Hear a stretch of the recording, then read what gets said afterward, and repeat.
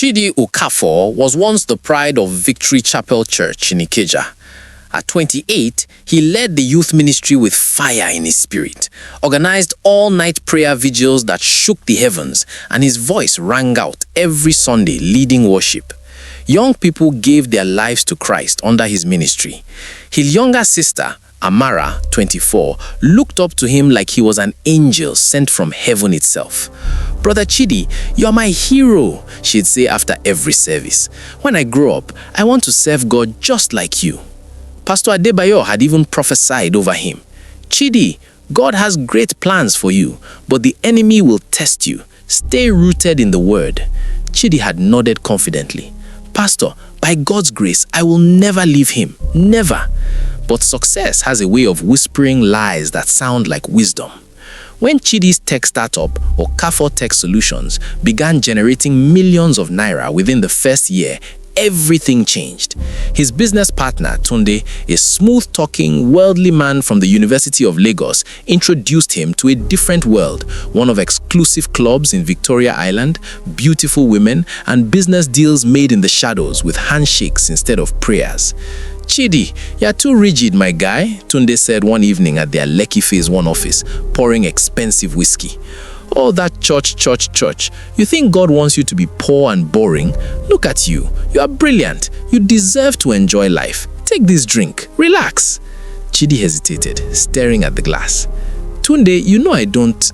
One drink won't kill you, bros. Stop forming saint." That first drink became a second, then a third, then a habit.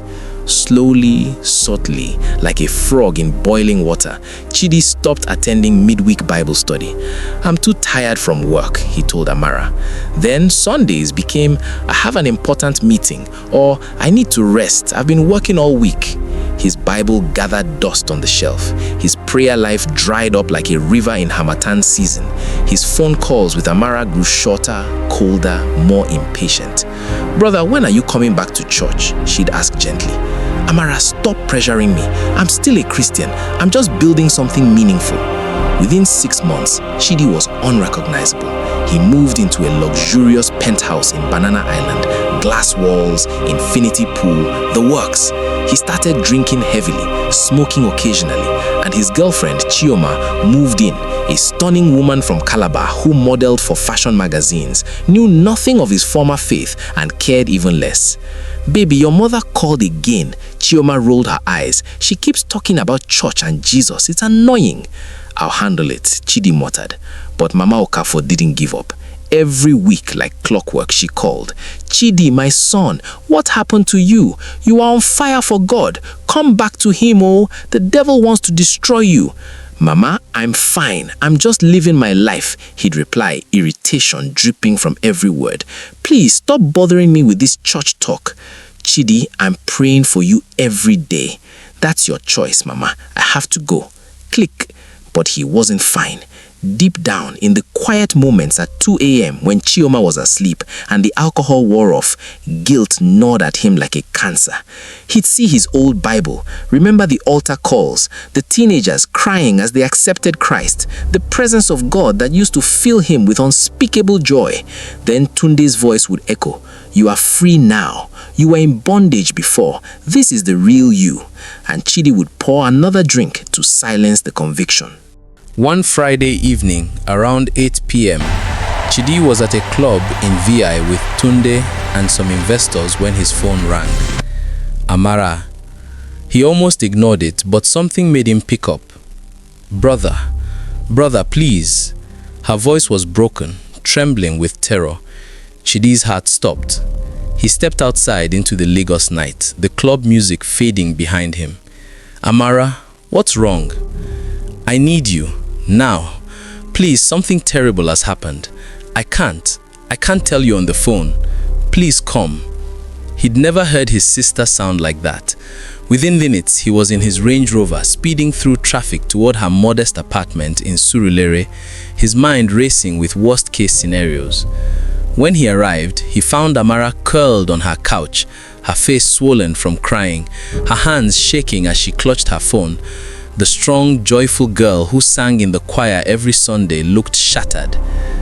Talk to me, Chidi said, sitting beside her, his protective instinct roaring to life despite his spiritual coldness. Amara showed him her phone. Photos, explicit, degrading images, her face photoshopped onto someone else's body in compromising positions. Professional quality, convincing enough to destroy her reputation. "Someone sent these to me," she whispered. "They are not real, brother. I swear to God, I've never done anything like this. But they look so real. They want 5 million naira by Monday, or they'll send them to everyone. The church, my workplace, our family WhatsApp group, social media." Chidi's blood turned to ice, then to fire. "Who is it? Give me a name." "I don't know. The messages come from different numbers.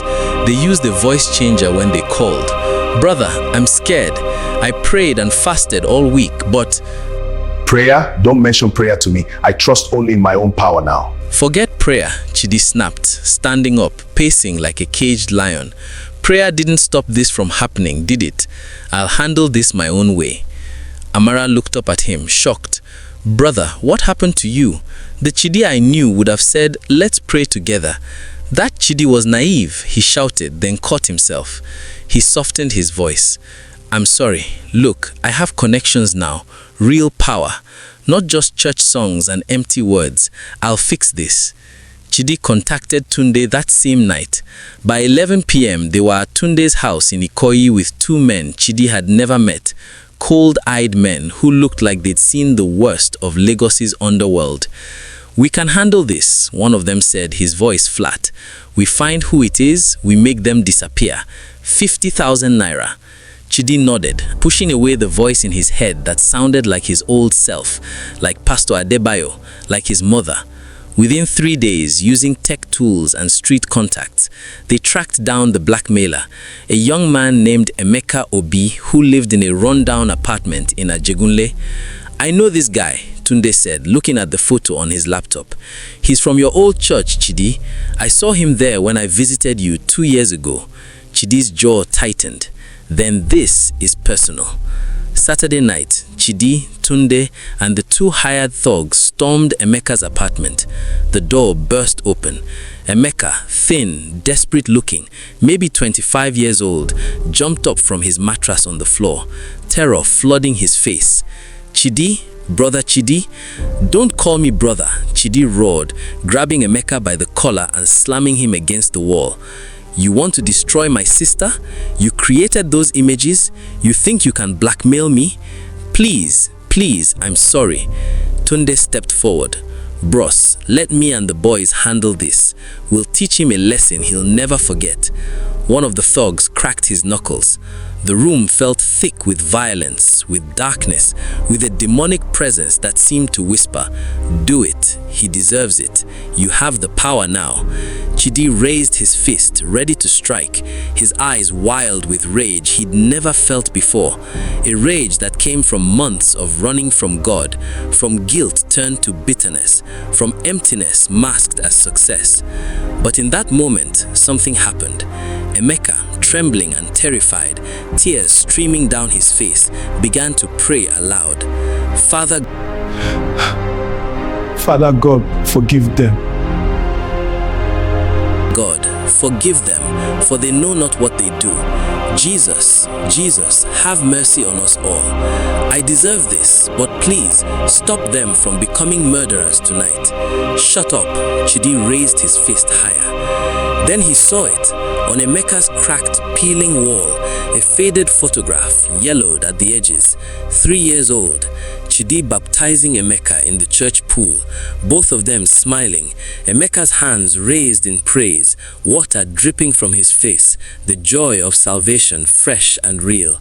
Chidi's hand froze mid-air, his breath caught. Emeka had been one of his youth ministry students, one of the teenagers who gave his life to Christ at a crusade Chidi organized. Chidi had discipled him, taught him to pray, given him his first Bible. "Chidi," Emeka whispered through his tears, seeing recognition in Chidi's eyes. "I fell too, just like you did. I'm so sorry. I was desperate. Please, I had no choice. I lost my job. Loan sharks threatened to kill me. My mother, she's in the hospital, dying of stage 4 cancer. I lost my job 6 months ago. No money for treatment. Loan sharks threatened to kill me. I saw your photos online. Your big house, your cars, your success. And the devil told me you had money. That you wouldn't care. That you had abandoned God that anyway. You just paid to make the problem go away. The words cut deeper than any knife. I was wrong. Emeka continued. Sinking I to his knees. What I hated. I became what I hated. Innocent sister. I hurt your innocent I deserve sister. whatever you do to me. I deserve whatever you do to me. Please know. But before you do it, pray for please you know. Every day. I still pray even for after you I fail, every day. Even in my sin. Even after I pray fail, you'd come back even to in God. my sin, because I pray you'd come showed back me to God. Jesus once. Because I can't forget that. You showed me Jesus once. The room and went I can't silent. forget that. Even the thugs The room went silent. Even the thugs shifted uncomfortably. Tunde pushed forward. Bros. This is just manipulation. He tried to destroy your sister. What? No! Tunde This is pushed just forward. manipulation. Bros, this is just Make manipulation. I finish him. Make He I tried finish to him. destroy He your tried sister. to destroy your sister. No, Chidi said quietly. Chidi said releasing quietly. Emeka and stepping back. His hand shaking. No. Everyone out now. Chidi, you can't be serious. Everyone out. Now. Chidi, get out. Get out. His voice echoed through the small apartment. Tunde and his men left, confused and angry. Chidi stood there alone with Emeka, both broken men in a broken room, the weight of their choices crushing them. Chidi drove home in silence, his mind screaming. When he entered his penthouse, Chioma was waiting in a silk robe, music playing, wine glasses ringing. Baby, where were you? I thought we were celebrating tonight. I thought we were celebrating tonight. Walking past her. Not now, he said. Chidi, what's wrong with you lately? You've been acting so strange. What's wrong with you? I said not now. You've been acting so strange. He didn't mean to shout. I said something not inside now. him was breaking. He didn't mean to shout. Chioma grabbed her but purse. something inside him was breaking. I'm tired of this. Chioma You're not grabbed the man her purse. I moved in with. You know what? Call me when you tired fix of whatever this is. You're not the man I moved in with. Call me when you fix whatever this is. On the balcony, she slammed looking the out door at the glittering on her way Lagos out. skyline. Chidi stood all alone those lights, on the balcony, all that wealth, looking out at the all glittering that Lagos skyline. All those lights, Emeka's prayer, all that wealth, about the photograph, all that emptiness, about Amara's faith, he even thought in about her crisis, Emeka's prayer, about his mother's about the tears. photograph, about Amara's 2 a.m., faith, even in her crisis, about his mother's tears. Fell to his knees on the marble floor, couldn't take and it for anymore. the first time in a he year, went inside, he prayed. Fell to his knees on the marble floor, and for the first time in a year, he prayed. Sobs. But no words then the words broke through. Only tears. God, gut-wrenching sobs. I'm so sorry. Then the words broke through. I chose money, pride, pleasure, I'm power, sorry. and I I'm became so sorry. the thing I swore I'd never be. I chose money, I almost pride, killed a man pleasure, tonight. Me, power, the worship leader, and I became the thing I swore I'd never be. I used to be. I almost I killed a man tonight. Me, the worship leader, the youth pastor. Memories I'm not who I used to be. Worship, I don't even recognize myself. The joy, the purpose, he wept for hours. Memories flooded back. Please forgive leading me. worship. I don't deserve the presence of God. I deserve the judgment. joy. But if you still want me, the love, if you still have me, please bring me back. Forgive me. I can't don't do this deserve anymore. it. This I life deserve is killing judgment. Me. Please, but Jesus, if you still want me, if you'll still have the silence that followed, please bring me back. He felt it. I can't like do this warm anymore. Oil being poured this over life his head, is killing me. like arms please, wrapping around Jesus, him. Please, like a father who'd in the been silence waiting, that followed, watching, he pursuing felt him it, all along. like warm oil being poured over his head, first time in like a year, arms wrapping around him, like a father the next morning, who'd been Sunday, waiting, Chidi watching, made decisions that would cost him all along. everything the world valued, Peace, but for the would first restore time what in a truly year. mattered. Peace. First, he the went next back morning, to Emeka, Sunday, alone this time, Chidi unarmed, made decisions humble. that would cost him Emeka everything opened the door, the world shocked to see him. valued, but would I'm not restore here to what hurt truly you. mattered. I'm here to help. First, your mother, he where went is she? back to Emeka, Lagos University alone Teaching this time, Hospital. unarmed, But Chidi, I can't humble. pay. Emeka opened the door, shocked at the to hospital, see him. she didn't met Emeka's I'm not mother, here to Mama hurt Adana, you. I'm a here frail to woman help. who still had Your light mother, in her eyes where is despite she? her illness. Lagos University when she saw Teaching Chidi, she Hospital. smiled.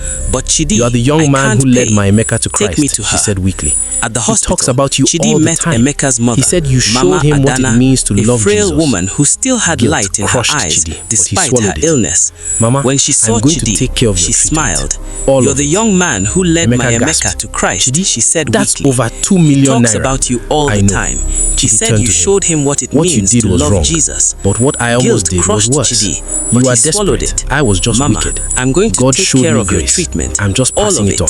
Emeka He gasped. paid the hospital bills Chidi, that day. that's over All 2 of it. million naira. Emeka collapsed I know. in tears, Chidi holding turned Chidi. to him. What you did was Why? wrong. After what I but did what to I your sister? almost did was worse. Because someone You were once showed desperate. me grace I when was I didn't just deserve wicked. it. His God name is showed me Jesus, grace. and I'm just now remembering passing what it that on. means. He paid the hospital But grace bills doesn't that mean day. no All consequences. of it. Chidi Emeka knew he had collapsed to in make things tears, right holding fully. Chidi. Why? He broke up with Emeka Chioma the whispered, next day. She after what I screamed did at to him, your called him sister, crazy, threw because things. someone But he stood showed firm. me grace. I'm sorry. I was using you and you are using me. Neither of us had love, just convenience. I need to get my life right with God. He moved out of the Banana Island penthouse into a modest 2-bedroom apartment in Yaba. Then came the hardest part. He met with Tunde. I'm ending our partnership, he said. I know what we've been doing, the money laundering, the tax evasion, the bribes. I can't do it anymore. Tunde's face went dark. You're making a huge mistake. I can destroy you. I have records of everything. Do what you have to do, Chidi said quietly. My soul is more important than my reputation. Tunde did try to destroy him. Within weeks, the EFCC came investigating. Chidi lost half his wealth in fines and settlements. His company's value plummeted.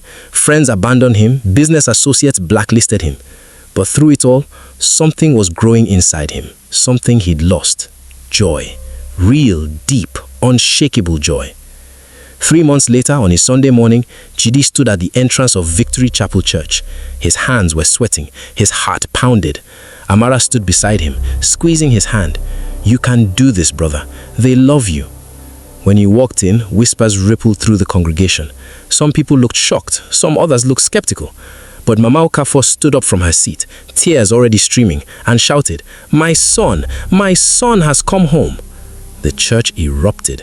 People stood, clapping, some crying. Pastor Adebayo invited Chidi to the pulpit. With trembling voice, Chidi gave his testimony. I was the prodigal son, he began, his voice shaking but clear. I thought I could find life in money, in pleasure, in success, in my own wisdom, but I found only death. I became a man full of rage, pride, and emptiness.